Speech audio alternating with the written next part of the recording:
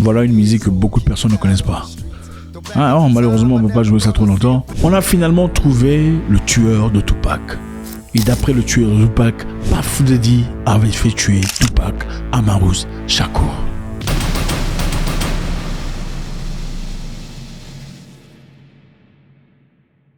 Salut tout le monde, c'est toujours avec beaucoup de plaisir qu'on vous reçoit. Merci infiniment d'être là. Je vous encourage d'aller jeter un coup d'œil sur notre chaîne, Mouekassens TV. Abonnez-vous s'il vous plaît. On va commencer à y publier des vidéos totalement différentes à partir de la semaine prochaine. Allez-y, cliquez sur le lien, sur la description. S'il n'y a pas de lien, écrivez carrément Mouekassens TV et allez-y. Ok? Alors, on parle de Tupac Amaru Shakur. Qui connaît Tupac? Bon, beaucoup ici ont entendu parler de Tupac, n'ont jamais vécu l'ampleur, la grandeur de Tupac, parce qu'évidemment, il était parti très tôt, beaucoup trop longtemps.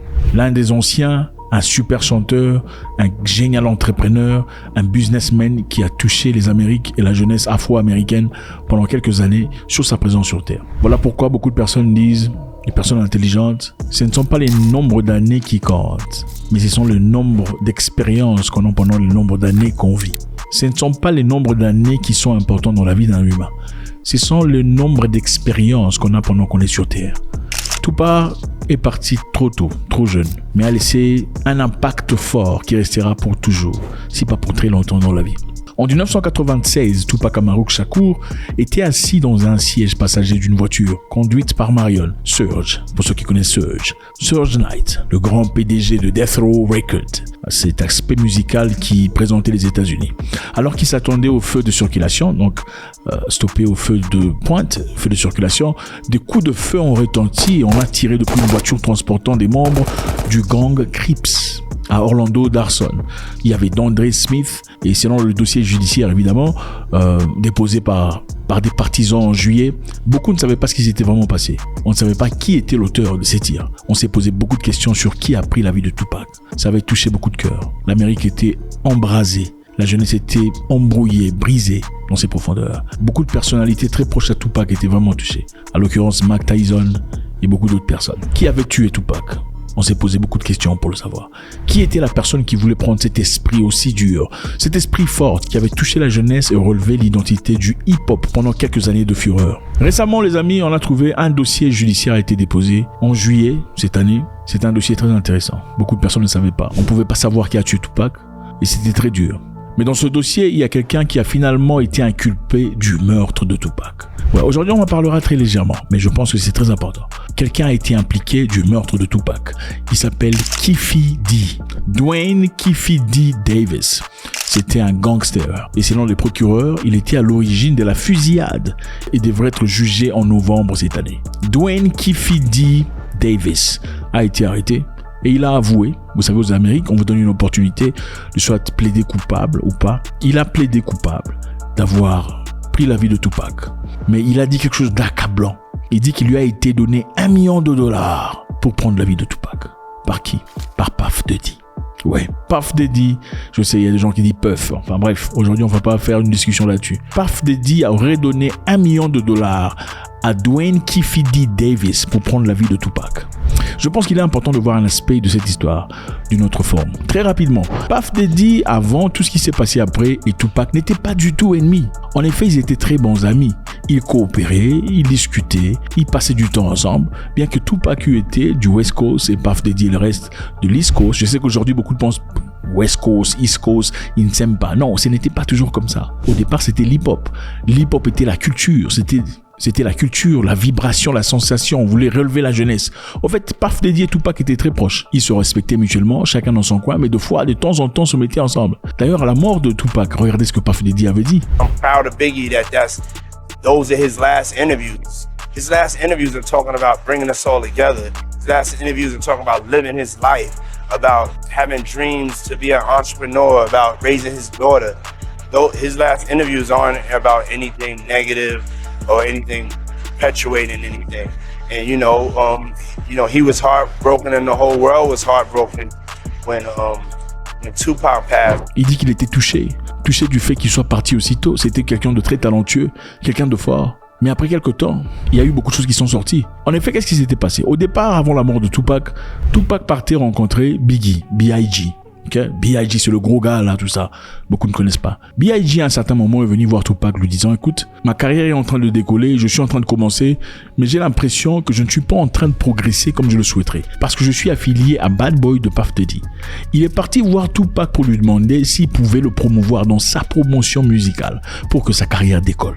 B.I.G. ou Biggie est parti voir Tupac pour lui demander s'il y avait possibilité qu'il fasse partie de son groupe pour qu'il progresse. Et Tupac gentiment, c'était quelqu'un d'honnête, curieusement, lui disant, écoute, on t'aime bien, tu es quelqu'un de bien, mais je pense que Puff Daddy prendra très bien soin de ta carrière. Reste avec lui, ne bouge pas, je pense que c'est important que tu viennes avec nous. Travaille avec lui. C'est-à-dire, il a repoussé B.I.G. vers Puff Daddy.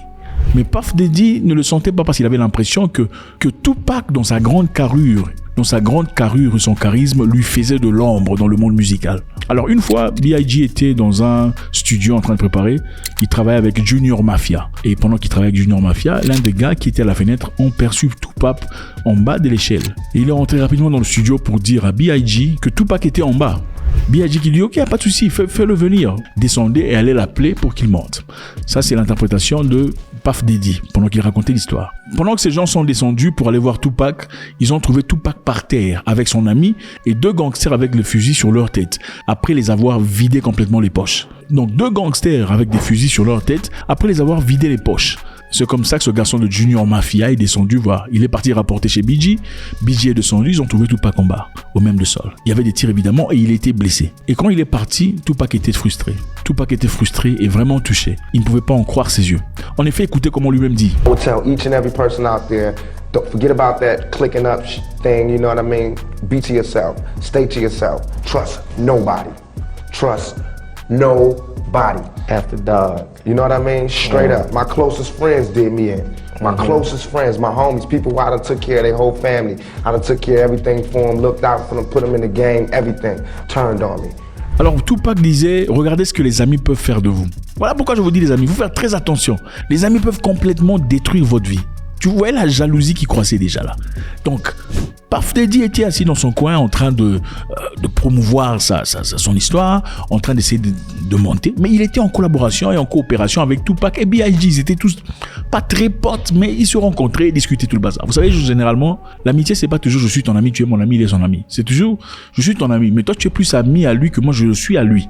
Mais à travers toi, on se rencontre. On fait on fait un triangle et ensuite on fait encore un autre triangle parce que toi tu nous présentes à quelqu'un d'autre avec qui tu es très ami.